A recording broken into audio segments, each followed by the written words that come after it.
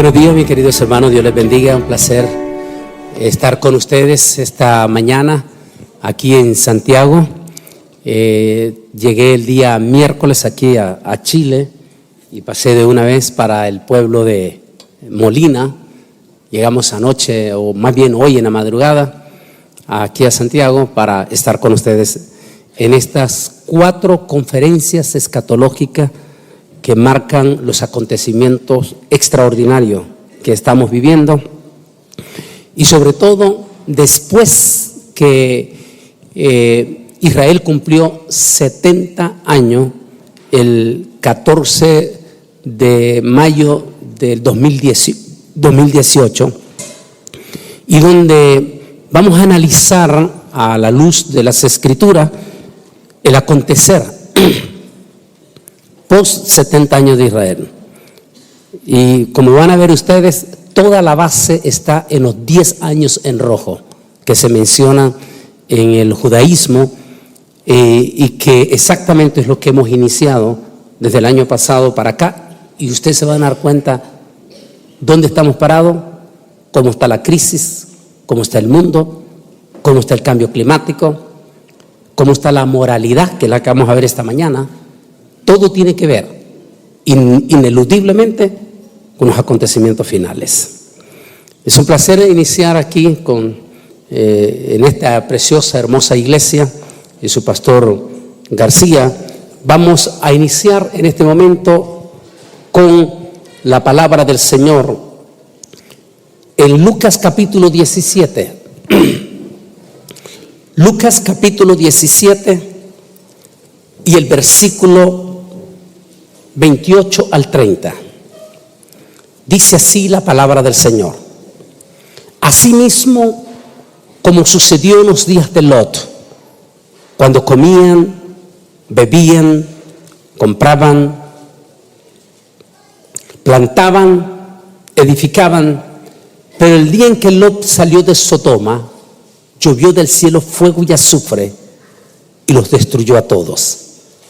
Así será el día en que el Hijo del Hombre se manifieste. Oremos. Amantísimo Dios y Padre Celestial, estamos ante el gran trono de tu presencia para darte las infinitas gracias, Señor, por esta palabra que vamos a compartir en esta mañana para tu honra y para tu gloria. En el nombre que es sobre todo nombre, en el nombre de Cristo Jesús nuestro Señor, te pedimos que bendigas esta palabra, Señor. Amén y amén. Amén. Estando el Señor Jesús en el Monte de los Olivos, después de haber salido de Jerusalén, del monte del templo más bien, que fue la última visita que él hizo para ya no volver más a este lugar. Después de haber hecho el lamento profundo por Jerusalén, el llanto, como se le conoce, por Jerusalén, los discípulos posiblemente lo invitaron a sentarse en una de las múltiples de rocas que en ese entonces existía en el Monte de los Olivos. Digo existía porque hoy en día el Monte de los Olivos está completamente lleno, habitado de comunidad prácticamente, si es que no está despoblado como en la época del Señor Jesús, donde prácticamente estaba despoblado. Ahí se sienta en una de esas rocas, y allí él da el famoso mensaje de el fin del mundo. 3 de los evangelistas o de los escritores de los 4 evangelios hacen referencia en una forma amplia sobre el sermón del fin del mundo en el Monte de los Olivos. Cada uno lo enfocó, ese sermón de Jesús, hacia diferentes comunidades. Por ejemplo, el mensaje del fin del mundo que recopiló Mateo de esas palabras del Señor Jesús, lo enfocó específicamente hacia la comunidad judía. De hecho, Mateo está escrito total y absolutamente en hebreo, lo que quiere decir que su mensaje, su enfoque escatológico en cuanto al fin del mundo, estaba enfocado totalmente hacia el pueblo de Israel. El caso de Marcos, o conocido como Juan Marcos, enfoca el sermón del fin del mundo a judíos y gentiles, pero lo que se llama de pueblo en general, es decir, de clase media hacia abajo.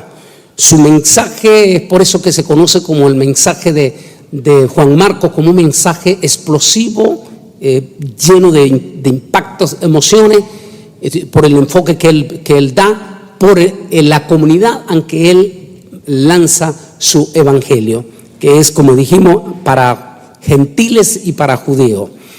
El mensaje que enfoca Lucas, sobre todo en el fin del mundo, a Lucas se le conoce como el evangelio intelectual. De hecho, él era un intelectual, una persona educada, era un médico, lo que hoy conocemos como la parte científica, y el enfoque que él hace lo hace más profundo, que hoy en día es sin lugar a duda el evangelio, y sobre todo en relación al fin del mundo, es el que constantemente está siendo citado o investigado o leído por nuestros científicos, porque hace declaraciones Lucas que solamente el mundo científico los puede entender a la perfección en este momento, como el tema que vamos a ver en la noche sobre la crisis de la inmigración. Así es que Lucas escribe su evangelio específicamente para la comunidad judeo-gentil, pero de clase media alta, es decir, de un nivel muy alto, el evangelio de él. De hecho, es uno de los evangelios más riquísimos que encontramos de los cuatro, en la forma en que lo expone Lucas. Ahí Lucas hace una recopilación del fin del mundo y hace enfoque profundo específicamente sobre la moral. ¿Y por qué la moral? Porque la moral, dicen los expertos, la determinan de la clase media para arriba. Se cree que de la clase media y arriba se cree que son los que deben de ser, por ser muy más educados, los que deben de ser más moralistas. Pero las estadísticas nos dicen que el bajonazo de los principios morales comienza prácticamente de la clase alta hacia baja, y que realmente la parte baja es la que todavía puede mantener los principios altos en la moral. Una de las señales de los tiempos del fin del mundo, sin lugar a dudas, serían los principios morales, la caída de los principios morales. Allí en el Monte de los Olivos, él toca un tema específicamente que tendrá que ver con la moral de los últimos tiempos. Menciona específicamente el caso de Sodoma. Sodoma, que en cierta forma le podemos llamar como una especie de la profecía, o la capital, más bien, la capital de el pueblo cananeo. Los cananeos, que eran posiblemente descendientes de Can, el famoso Can, el hombre que encontramos en el incidente vergonzoso que se dio con su padre. De ahí que se dice que ellos son los descendientes, y que vino la depravación de su propio padre, hizo que esos pueblos, muchos siglos después, se volvieran eminentemente depravados.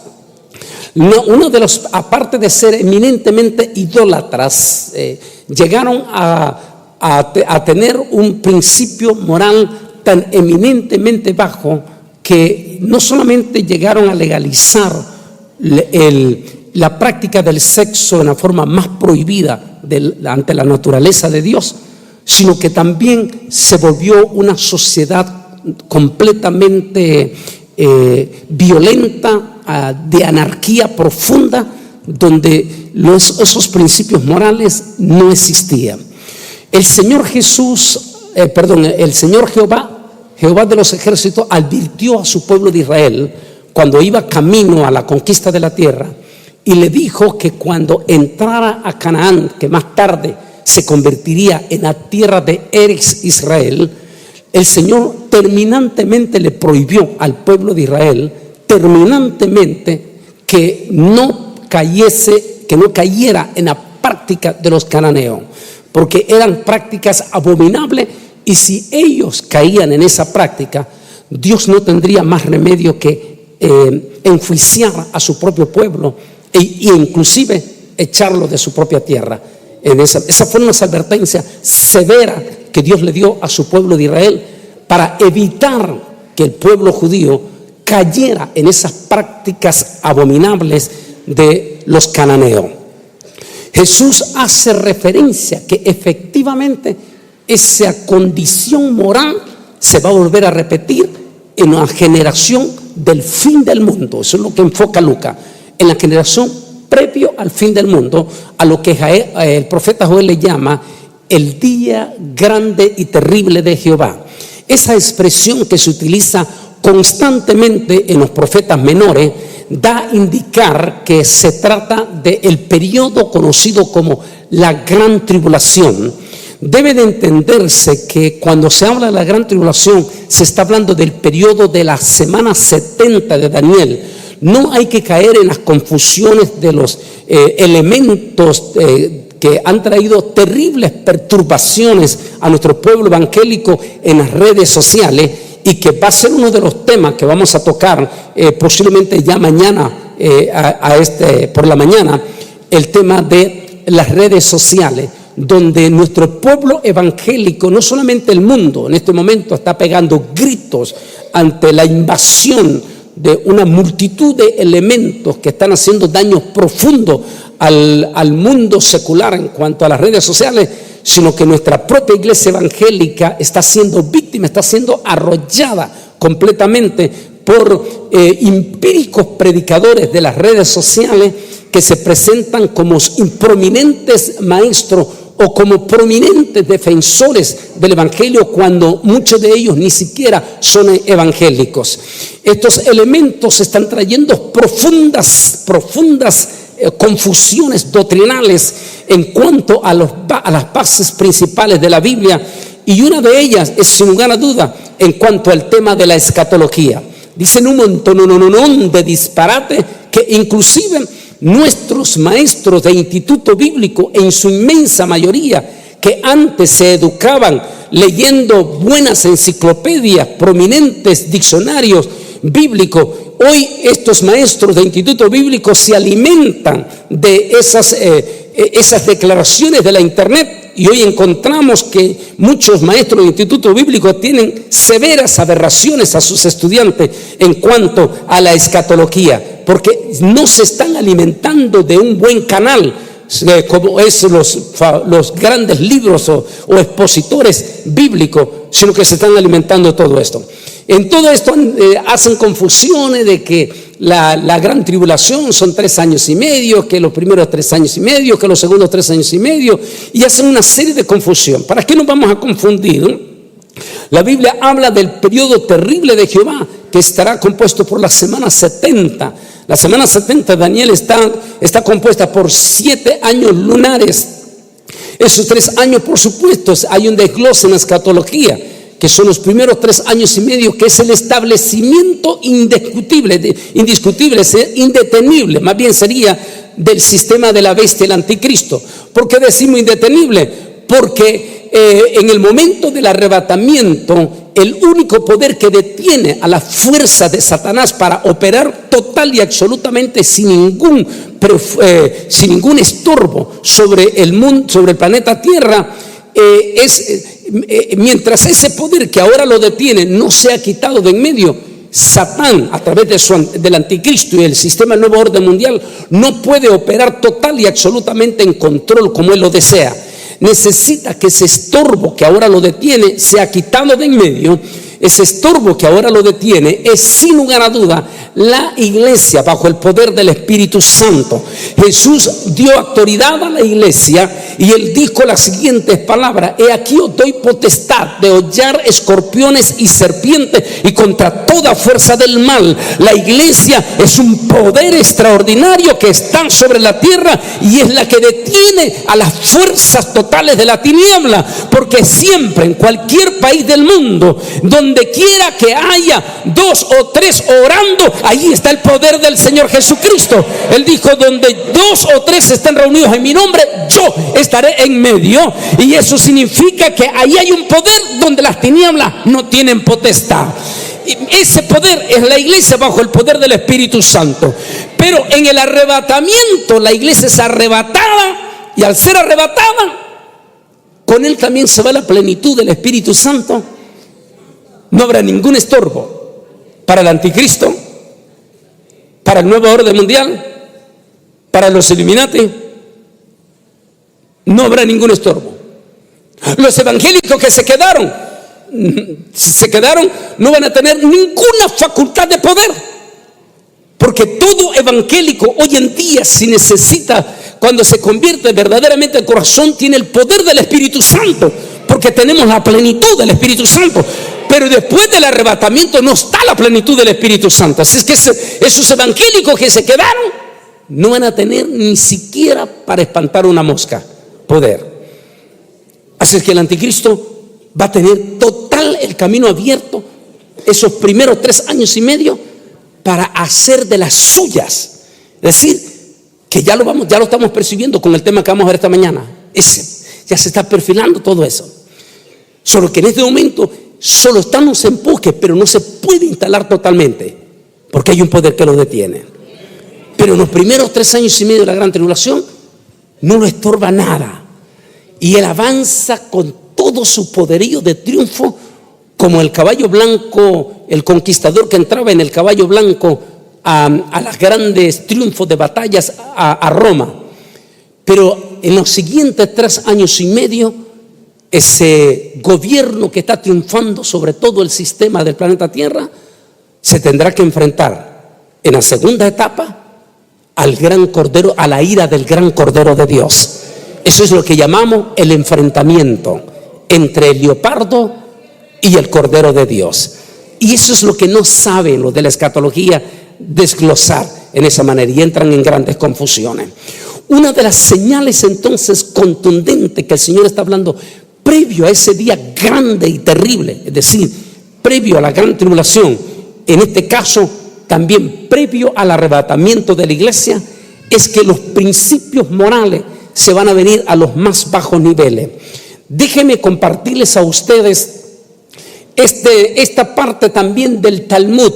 El Talmud es el segundo libro más importante, yo diría más bien un compendio o un expositor del judaísmo, que tiene una importancia grande después de las Sagradas Escrituras. Es el manual más importante después de la Biblia. En el Talmud existen muchas enseñanzas talmúdicas, como se le dice, de parte del judaísmo, y entre ellas se han podido encontrar algunas declaraciones proféticas de los rabinos. Sin lugar a duda, una de ellas es esta que vamos a ver a continuación, que coincide exactamente con la posición de la profética del Señor Jesucristo. Esta profecía hecha por uno de los rabinos, quien habló que previo a la aparición del Mesías, ese Mesías, recordemos que ellos que están esperando no es el Señor Jesucristo. Recuerde que ellos todavía no han recibido a Jesús. Jesús dijo en cierta ocasión: yo he venido en nombre de mi Padre y a mí no me habéis recibido. Otro vendrá en su propio nombre y a ese le recibiréis. Sin embargo, hay ciertos parámetros que coinciden con la profecía de la Biblia. Por ejemplo, y es que ellos sostienen en su profecía que antes que aparezca el Mesías vendrá un periodo de crisis espiritual, de crisis moral sin precedente, que se extenderá en una forma global. Según la profecía que vamos a leer a continuación, esos serán, según ellos, los puntos contundentes que nos darían, el judaísmo se dará cuenta que el Mesías está a punto de aparecer. En ese caso, para nosotros los evangélicos, sería la señal de que el Señor Jesús está a punto de regresar. En ese punto, analicemos esta profecía. La profecía está encontrada en lo que se llama en el Sotá 9:15 del libro Sanedrín. Eso es parte de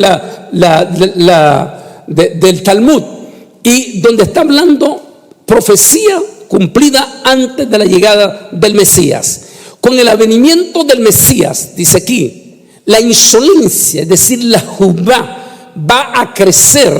Está hablando que exactamente esa moralidad, esos principios altos de los seres humanos va a entrar en una decadencia sin precedencia.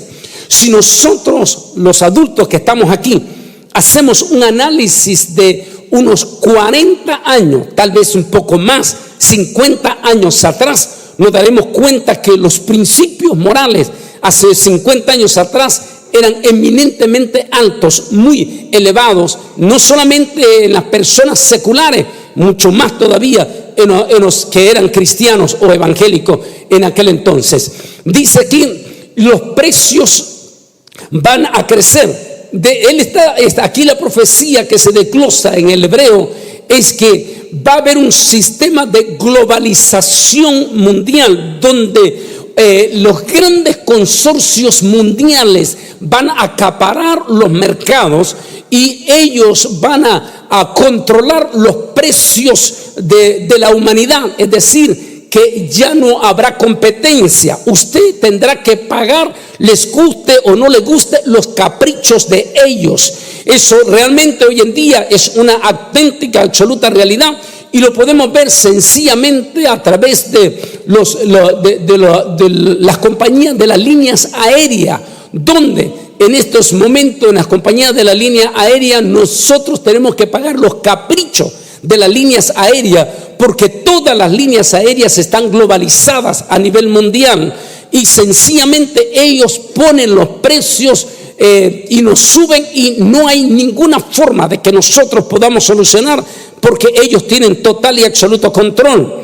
Nos cobran los precios por la maleta, ahora nos cobran hasta la comida en los aviones, y hacen lo que les da la gana, todo lo que les da la gana, suben lo que les da la gana. No hay nadie que los pueda regular, porque todos están globalizados.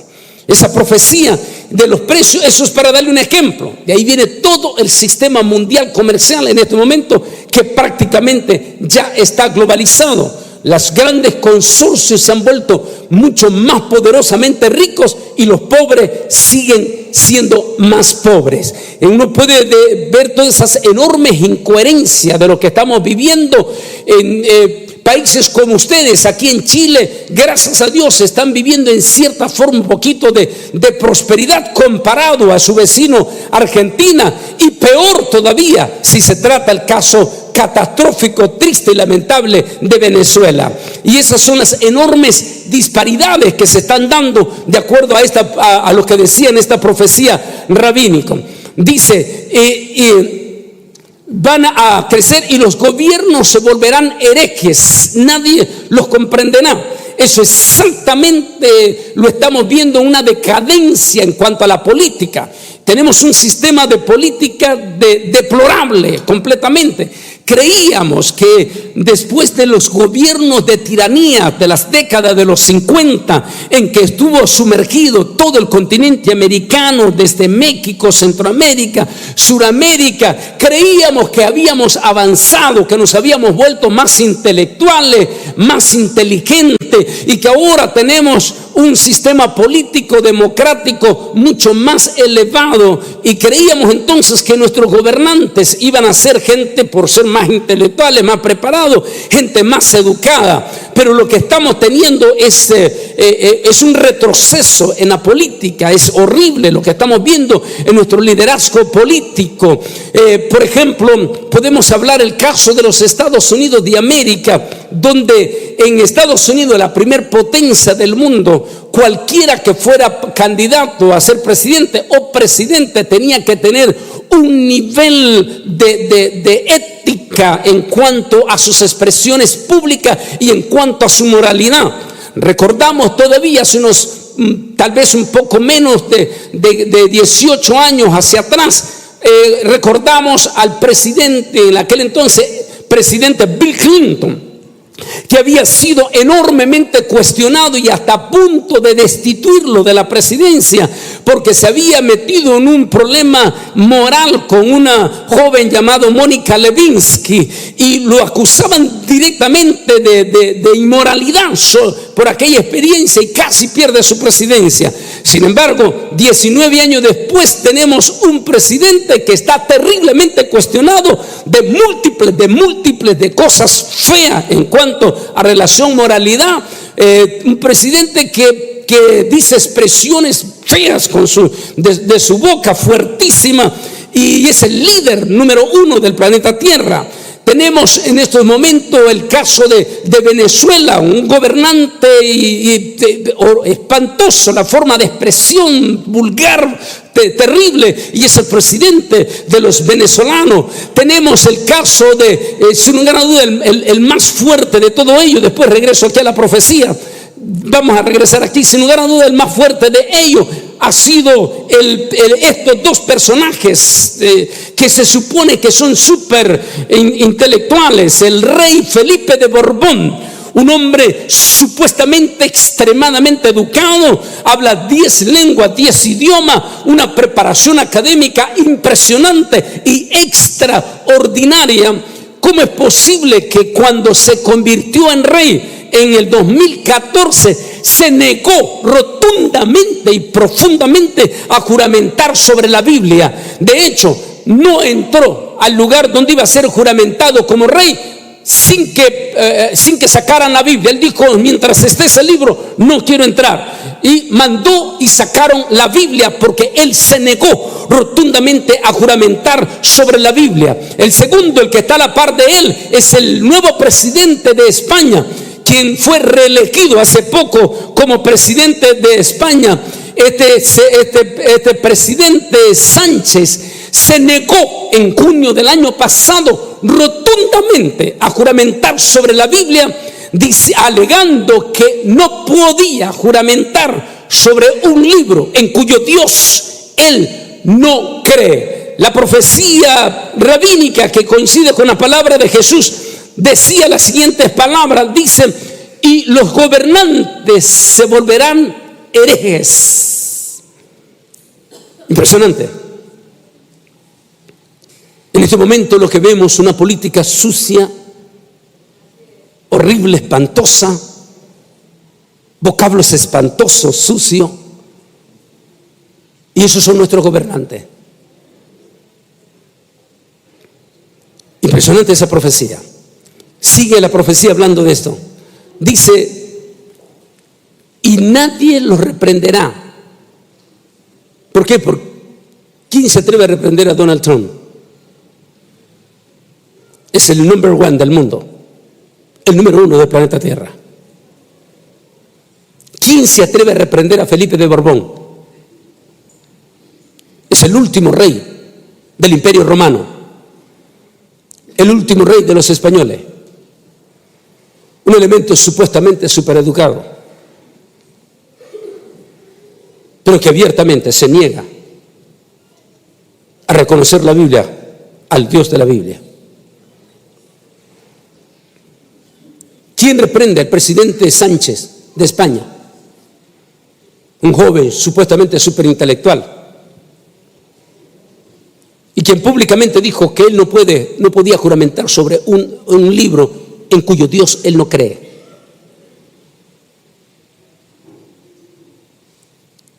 ¿Quién se atreve a reprender a Nicolás Maduro?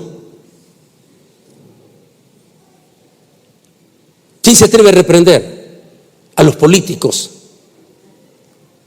profundamente cuestionados? Dice: nadie los podrá reprender. La sabiduría de los estudiosos va a decaer. Lo que aquí está hablando en este momento esta profecía la traducción es más bien en cuanto al espiritual. Es decir, que va a haber una crisis espiritual en cuanto a la teología. En lugar de que en este caso el pueblo cristiano, inclusive el judaísmo, está pasando esa misma crisis. En lugar de centrarse más profundo en el estudio de las Sagradas Escrituras, en el estudio de compendios manuales, expositores bíblicos, el pueblo cristiano va a decaer y va a entrar en una decadencia de conocimiento sin precedentes. Esa es la crisis que estamos viviendo en este momento. En la introducción hablaba la crisis que está viviendo la iglesia porque no se está alimentando de teología, de palabra, de buenos mensajes, sino que se están alimentando en lo que vamos a hablar mañana en las redes sociales de una multitud de empíricos predicadores. Va a haber una decadencia espiritual, hay una enorme ignorancia. Se supone que en este momento que tenemos el acceso libre al conocimiento de los nuevos descubrimientos de las Sagradas Escrituras, los nuevos datos que se han sacado, en lugar de aprovechar este conocimiento, la iglesia evangélica, incluyendo el pueblo de Israel espiritualmente, ha caído en una enorme ignorancia espiritual y teológica, catastrófico. La inmensa mayoría de los evangélicos prácticamente no conocen la Biblia en este momento. Es decir, al decir no la conocen es porque no la están leyendo. Si ustedes hacen un análisis de todos ustedes que están aquí y miran su propia Biblia, la tienen completamente nuevecita. Ni una sola raya, ni una sola nota en su Biblia. Prácticamente no están leyendo la Biblia. La Biblia sencillamente se ha vuelto un adorno, como la cartera en la dama, o sencillamente un simple libro con que se viene a la iglesia, pero no se está leyendo la Biblia. Al no estarse leyendo la Biblia, dice, como decía Krishnamurti, ese gran filósofo hindú, cuando los pueblos dejan de leer, se vuelven analfabetos. El analfabetismo trae como consecuencia la ignorancia, y la ignorancia los lleva a ser víctimas de los manipuladores. Esa es la crisis que está viviendo en este momento. La decadencia, el conocimiento, la sabiduría va a mermar. Tenemos por cosas espantosas y horribles, que aunque es el tema que vamos a ver mañana, horrible lo que estamos viendo de grandes supuestos paladines a quien ustedes siguen en las redes sociales. Los exaltan, pero no por su sabiduría, no por sus profundas palabras teológicas, sino por sus palabras vulgares, por sus formas agresivas y por ser los maestros calumniadores. Y de eso se están alimentando. Que de hecho tengo un ejemplo mañana que vamos a ver. Sigue la profecía.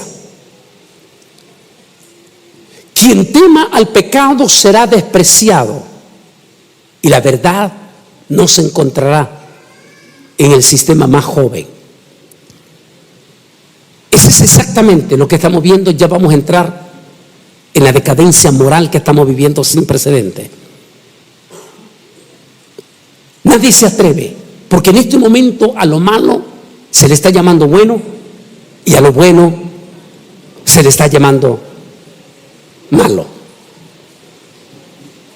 En Estados Unidos estamos viviendo una crisis sin precedentes que ya se extendió a México, Centroamérica, y no sé cómo la están viviendo ustedes aquí en Sudamérica.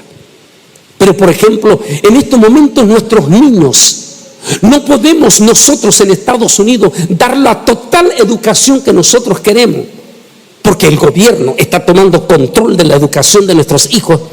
Y muchos de esos maestros que están interviniendo en la educación de nuestros hijos, de esos maestros están enseñando enseñanzas que van contra nuestros principios que nos heredaron nuestros padres. Es terrible ver en las escuelas públicas de Nueva York, en toditita las escuelas públicas, los grandes murales que hay para los niños, que crea confusión, donde los murales pintando con el arco iris y donde le dicen, nadie tiene que juzgarte. Si te sientes mujercita, puedes ir al baño de las mujeres. Y si te sientes, si tú eres una mujer y te sientes hombrecito, puedes ir al baño de los varones. Nadie tiene derecho a juzgarte.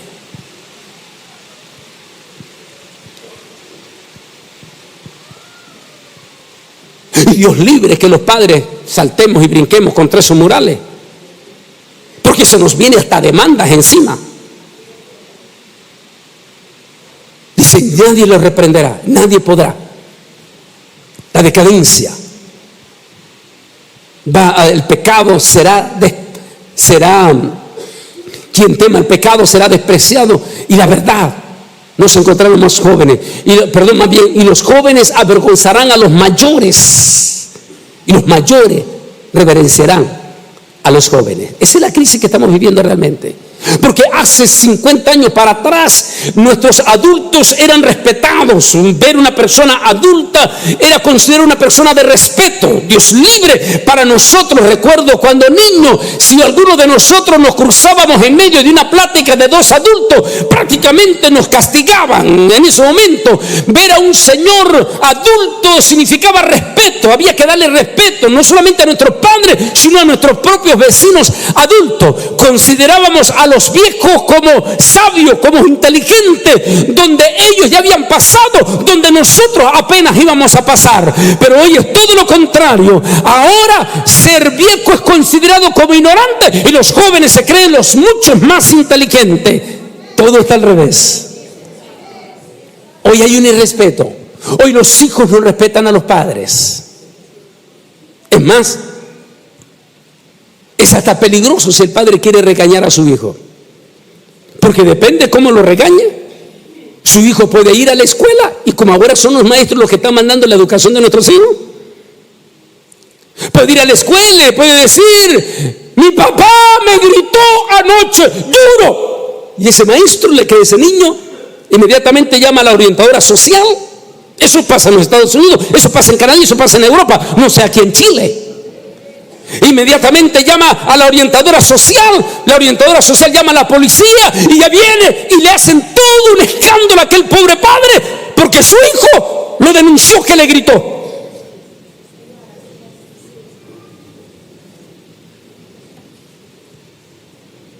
Ese es el mundo que estamos viviendo en este momento. ¿Cuál es el rumbo que estamos tomando? ¿Cuál es el futuro entonces de nuestros niños?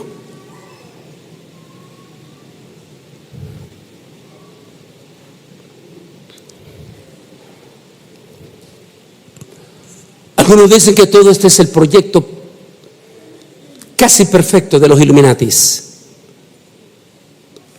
Por supuesto que esta es una agenda de los Illuminati. Decía un congresista, por cierto, peruano, en el Congreso de Perú. Este congresista que tuvo el valor y los pantalones para decir ahí, cuando él dijo: dejémonos de cuentos y dejémonos de toda esa alarde y palabrería de la paridad o el género, el problema de género, y hablémonos de ese problema del matrimonio de hombres con hombres, mujeres con mujeres. Él dijo: todo esto es un proyecto que alguien nos está financiando poderosamente.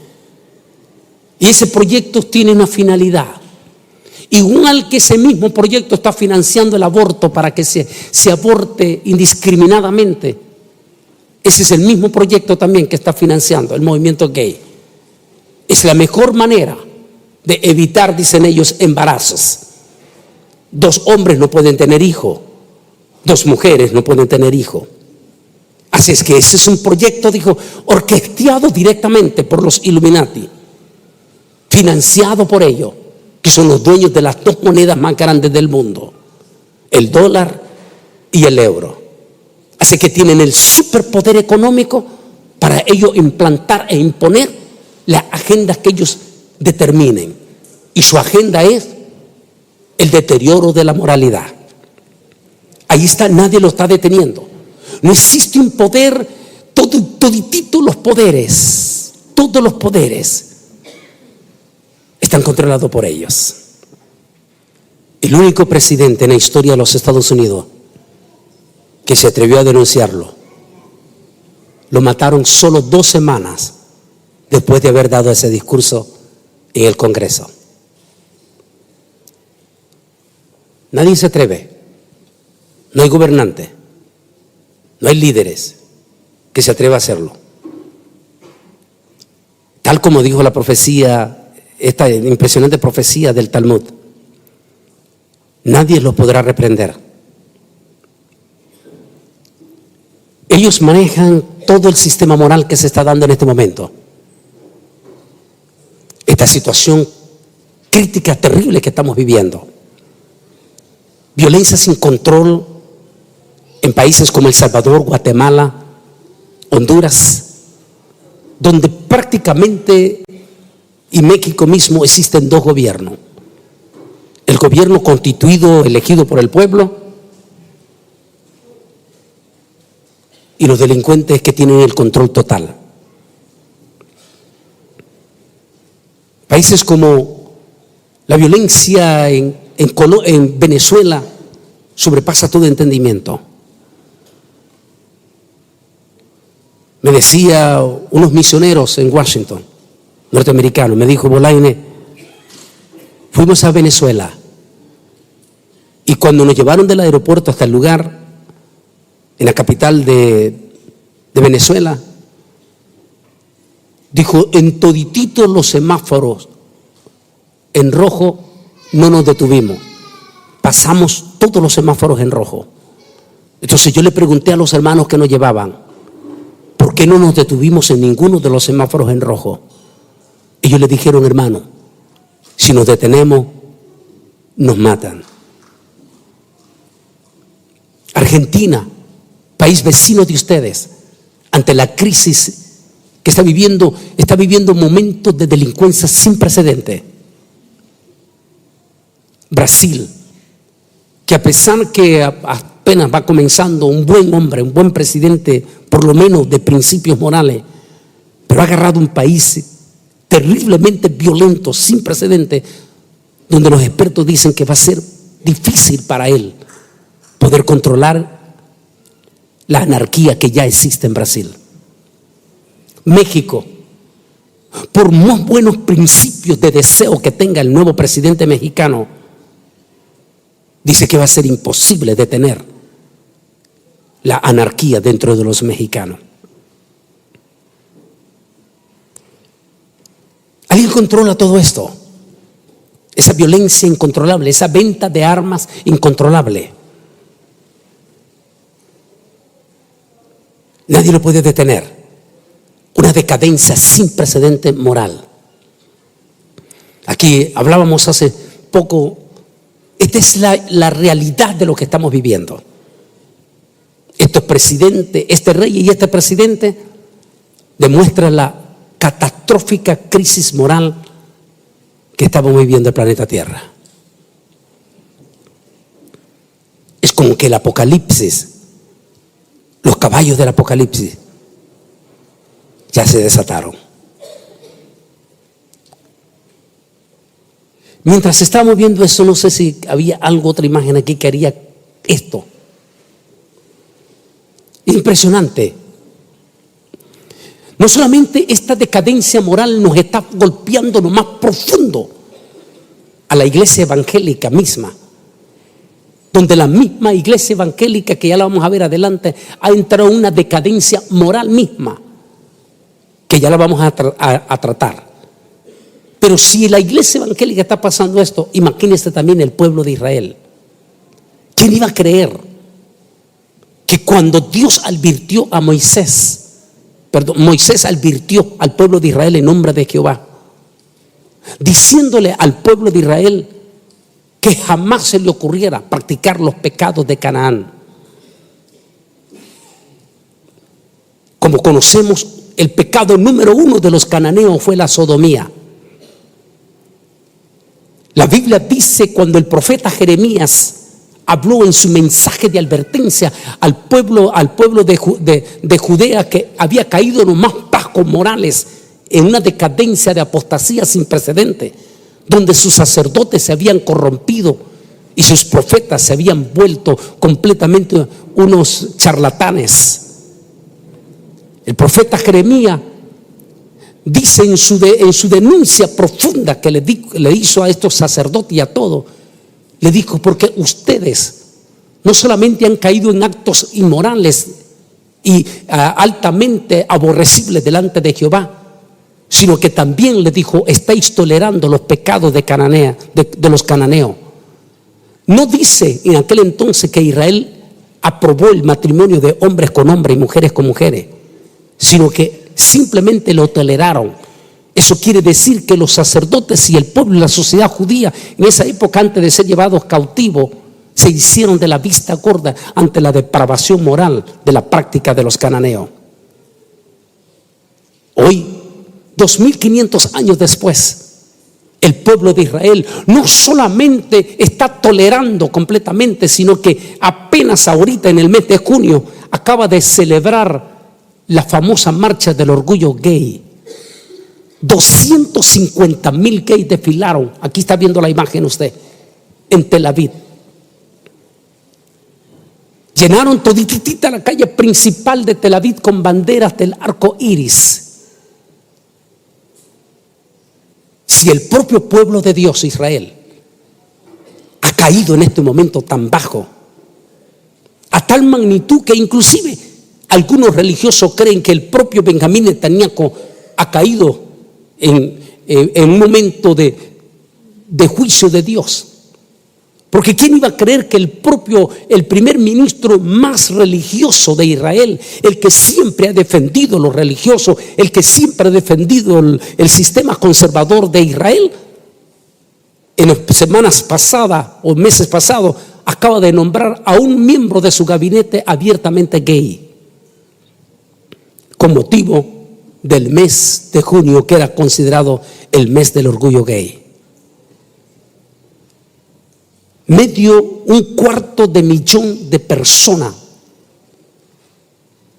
desfilaron en Tel Aviv. Nos unimos nosotros en Estados Unidos, en ese aspecto nos unimos abiertamente al presidente Donald Trump, quien valientemente él con su secretario de Estado se opusieron, porque era increíble hasta dónde está llegando esta situación. Que querían que todititas las embajadas de Estados Unidos en todos los países se pusiera la bandera o se pusieran los colores del orgullo gay. El presidente Donald Trump dijo: no lo vamos a permitir, nuestras embajadas no es para eso, porque si se van a poner la de ellos, entonces hay que poner también la de los cristianos, porque eso es lo de ellos. ¿Por qué no podemos ondear también la bandera nosotros los cristianos? ¿Por qué si ponen en las escuelas de los Estados Unidos murales hablando del género, por qué no nos permiten también poner murales cristianos? Eso nos prohíben. ¿Por qué si a ellos les permiten poner sus banderas, por qué en nuestras escuelas en Estados Unidos nos prohíben llevar la Biblia? Es decir, todo está al revés. Es de la crisis que está viviendo, de la decadencia moral en estos momentos. Nuestra iglesia, igual que el pueblo de Israel, ha sido arrastrada en todo esto. Efectivamente, aparte de iglesias como esta que estamos aquí, que el pastor mantiene no solamente una alabanza especial, sagrada, de músicos dedicados, como hemos visto a todo el equipo que tenemos aquí, en una forma respetuosa para exaltar y glorificar el nombre de Dios, que así debe de ser. En este momento, nuestro pueblo evangélico desde los Estados Unidos, toda Latinoamérica y Europa ha caído en una decadencia moral sin precedente, donde los servicios de culto ya no parecen servicios de adoración a Jehová, sino meros espectáculos al estilo mundano y a veces hasta más fuerte que los mundanos. Es vergonzoso ver en estos momentos a los evangélicos en Estados Unidos de origen hispano, como esta iglesia de origen hispano en Miami, donde el hijo del superpastor es el dueño de la discoteca cristiana más grande en Miami, donde todos los jóvenes de su iglesia van todos los sábados a bailar con sus parejas.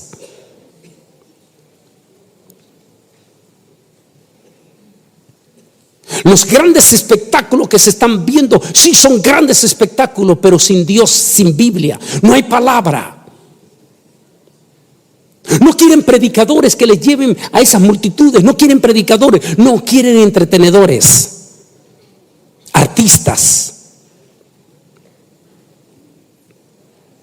Si la iglesia misma está pasando este bajonazo espiritual, ¿cómo queremos que el mundo esté mejor? Si nosotros somos la luz del mundo, y si nosotros que somos esa luz, se nos está apagando esa luz, entonces ¿qué luz va a tener el mundo en este momento? Si los mismos mundanos ya están hartos de los espectáculos mundanales de ellos, de ver a aquellas jovencitas en minifalda bailando y haciendo todo movimiento exótico, ya están hartos de ellos y vienen a la iglesia y ven lo mismo. Entonces, ¿qué esperanza tienen estos inconversos? Porque una vez alguien dijo, no, es que tenemos que hacerlos como ellos para ganarlos para ellos. El problema es que el mundo ya está hastiado del mundo. Cuando viene a la iglesia no quiere venir a buscar al mundo a la iglesia. Él quiere venir a buscar algo diferente, algo que sea diferente de esa cosa hastiada que él tiene allá. Él quiere encontrar una experiencia que lo cambie.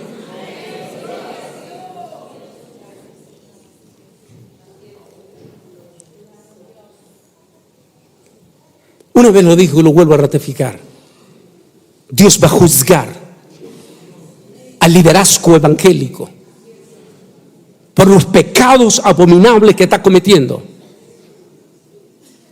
Por ejemplo, voy a dar un ejemplo que me di cuenta aquí en el sur de Chile.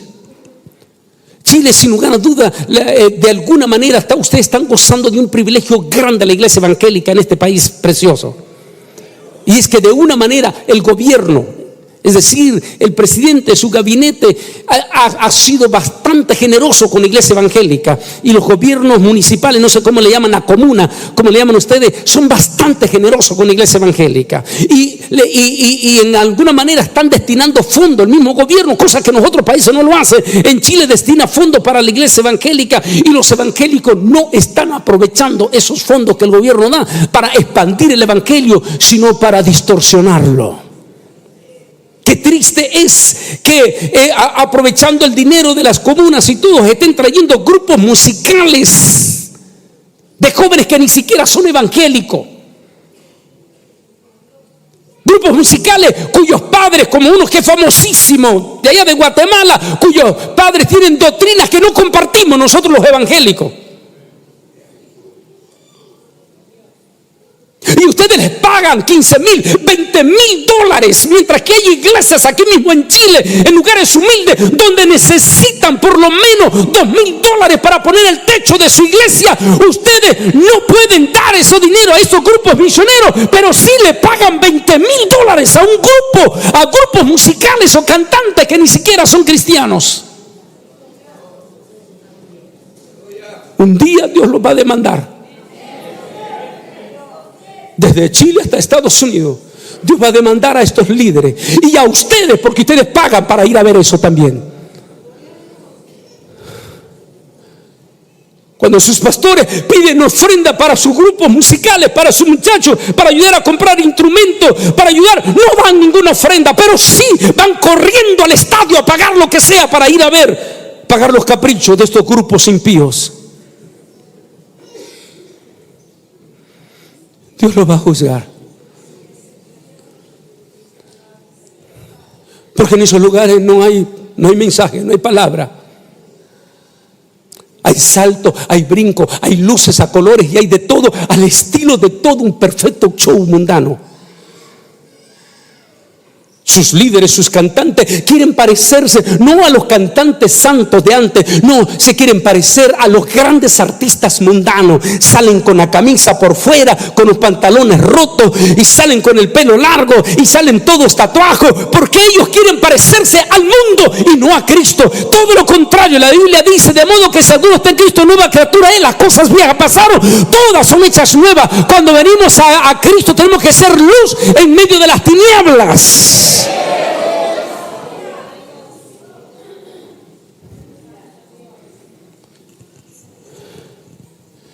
Que prediques la palabra, que instes a tiempo y fuera de tiempo, redarguye, reprende, exhorta con toda paciencia y doctrina, porque vendrá tiempo cuando no soportarán la sana doctrina, sino que teniendo comezón de ir, se amontonarán un maestro conforme a sus propias concupiscencias, y los apartarán de la verdad y los volverán a las fábulas, a los entretenimientos,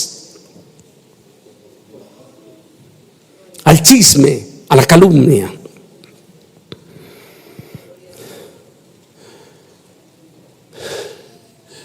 Esa es la sociedad que estamos viviendo en este momento,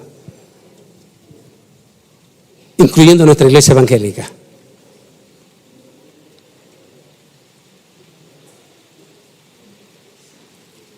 Incluyendo nuestros propios evangélicos, no están instruyendo a sus hijos en Cristo. Como vamos a ver en este estudio profundo de la mañana, extraterrestre y redes sociales, vienen a la iglesia y le dan el teléfono a su hijo o la tableta, y ese niño parece zombie sentado en la banca, que ni siquiera se está dando cuenta que mencionan el nombre de Jesús. Han convertido a su propio hijo en una máquina peligrosa, porque en su casa usted no habla con su hijo. Su hijo está metido horas, metido en el teléfono, metido en la tableta. El gran problema, el daño que usted le está haciendo a su hijo es, uno, le está dañando sus ojitos.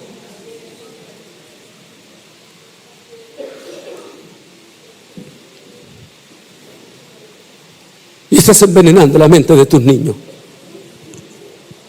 La imagen muestra la realidad de una sociedad moral sin precedente, de decadencia moral sin precedente.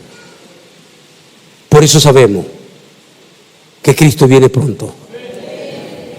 Y el hermano entregará la muerte al hermano, y el padre al hijo, y se levantarán los hijos contra los padres y los matarán, y seréis odiados por todos por causa de mi nombre, pero el que persevere hasta el fin, este será salvo. Es la cruda realidad. Yo quiero pedirles que se pongan de pie esta mañana. Esa es la cruda realidad de lo que estamos viviendo en este momento.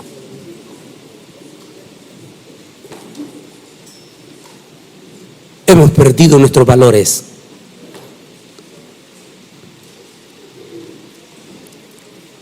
La crisis que está viviendo el mundo también está viviendo la iglesia. Hoy la inmensa mayoría, tal vez, si hay algo que todavía yo sigo admirando de Chile, es que tienen un respeto, tanto pentecostales como metodistas, o sea, conservadores y todo, tienen algo que es único de ustedes los chilenos. Todavía tienen un respeto por el Señor. Es impresionante ver, único, porque lo he visto los he visto en los metodistas, los he visto en nuestros pentecostales. Eso que se levantan, se ponen de pie y dicen 3 veces gloria a Dios, y lo hacen con un respeto, se ponen de pie. Mantengan ese respeto al Señor todavía. Mantengan ese honor, hermanos evangélicos chilenos, porque Dios los va a bendecir por eso. Pero el resto de América Latina, la situación es para pegar grito. Se entra insolentemente a los templos. No hay respeto en los templos. Como vamos a ver mañana, hay un irrespeto que el pastor está hablando y todos están clavados en su teléfono. No hay respeto por la adoración y el respeto a Dios. Simplemente a la hora que les da la gana se levantan, se ponen de pie y salen. Y respetando el culto, y respetando la prédica, y respetando la alabanza. No hay respeto, nada para Dios. Se nos olvida que cuando venimos a la casa, es a la casa de Jehová, a la casa del Señor, y por lo tanto debemos de hacerlo con respeto y con honor, sea lo que sea, diga lo que diga usted, y todas las cosas malas que tengan, y Él lo es. Pero si hay algo que tenemos que quitarnos el sombrero con los católicos, es que ellos respetan la iglesia católica cuando van. Si va un hombre y entra a la iglesia católica, es la costumbre de ellos, se quitan el sombrero, se sientan con respeto. Pero nuestra iglesia evangélica, que conocemos la verdad, ellos respetan sin conocer la verdad. Nosotros conocemos la verdad, conocemos el evangelio, conocemos al Señor Jesucristo. Deberíamos de tener mayor respeto cuando venimos a la casa de Dios a adorar al Rey de Reyes y Señor de Señores. Enseñemos a nuestros niños, enseñemos a nuestros jóvenes, enseñemos a todos que cuando venimos a la casa del Señor es adorar y a respetar la casa del Señor. Y tenga respeto. Si hay algo que admiro, por ejemplo, cuando vamos al muro de los lamentos, es que aún a los niños judíos allá en el muro de los lamentos, cuando se van a salir del muro de los lamentos en las adoraciones especiales que se tiene, ningún niño se atreve a darle la espalda al muro así de un solo golpe, sino que sale caminando hacia atrás, en esta manera hacia atrás, para salir con respeto. ¿Cómo desearíamos que en la casa del Señor tengamos respeto, aún para levantarnos, ya sea que tenga una necesidad y todo se levante con respeto? Porque recuerde lo que dice el profeta: mas Jehová está en su santo templo, calle delante de él toda la tierra. Cuando venimos al templo, venimos a adorar al Rey, a exaltar al Rey, a glorificar al que nos da la vida y que te la puedes quitar. Volvamos a levantar nuestros principios morales en nosotros. Nuestros maestros le dicen una cosa a nuestros niños en la escuela: sentémonos nosotros cuando ellos vengan y digámosle: no, mi hijo, es así la cosa. Siéntese con ellos, platique con sus hijos y dígale: la educación la vas a recibir de nosotros, no del gobierno, porque el gobierno no es el que te mantiene, sino soy yo como padre, como madre, la que te mantengo. Yo soy la que te voy a educar. Tome el control de sus hijos. El mundo se está perdiendo, pero su hijo no es el mundo. Su hijo es su casa. Usted es el responsable de educar a sus hijos, a su familia, y eduquémonos espiritualmente. Volvamos a levantar en alto la adoración al Rey de Reyes y Señor de Señores. Oremos. Amantísimo Dios y Padre Celestial, estamos ante el gran santo nombre tuyo, Señor, para darte las gracias en esta mañana. Padre, sabemos que los principios morales han venido a los más bajos niveles, Señor. La crisis que está viviendo el mundo se está reflejando en la misma iglesia, Señor. Se ha perdido la identidad espiritual en la iglesia. Se ha perdido el respeto, Señor. Y se ha perdido la pasión por tu palabra. En el nombre de Jesús de Nazaret, ayúdanos al remanente a mantener estos principios en alto. En el nombre de Jesús, te pido que bendigas a cada hermano y a cada hermana que ha venido esta mañana, Señor. Algunos desde los pueblos lejanos, Señor. En el nombre de Jesús de Nazaret, que lleven este mensaje, que necesitamos volver a levantar nuestros valores en alto. El mundo se está destruyendo, pero eso no quiere decir que nosotros como iglesia nos vamos a destruir, porque tú nos escogiste, Señor, para hacer luz en medio de las tinieblas, no para que imitemos al mundo, sino más bien para que el mundo nos imite a nosotros. En el nombre de Jesús de Nazaret, ayúdanos, Señor, en esta crisis moral como señal de los tiempos finales, Padre. ¿Dónde va a llegar el mundo? Ya sabemos dónde va a llegar. Por ahora, Señor, todo lo que te pedimos es que nos ayudes a nosotros, a la iglesia. En el nombre de Jesús te lo pedimos.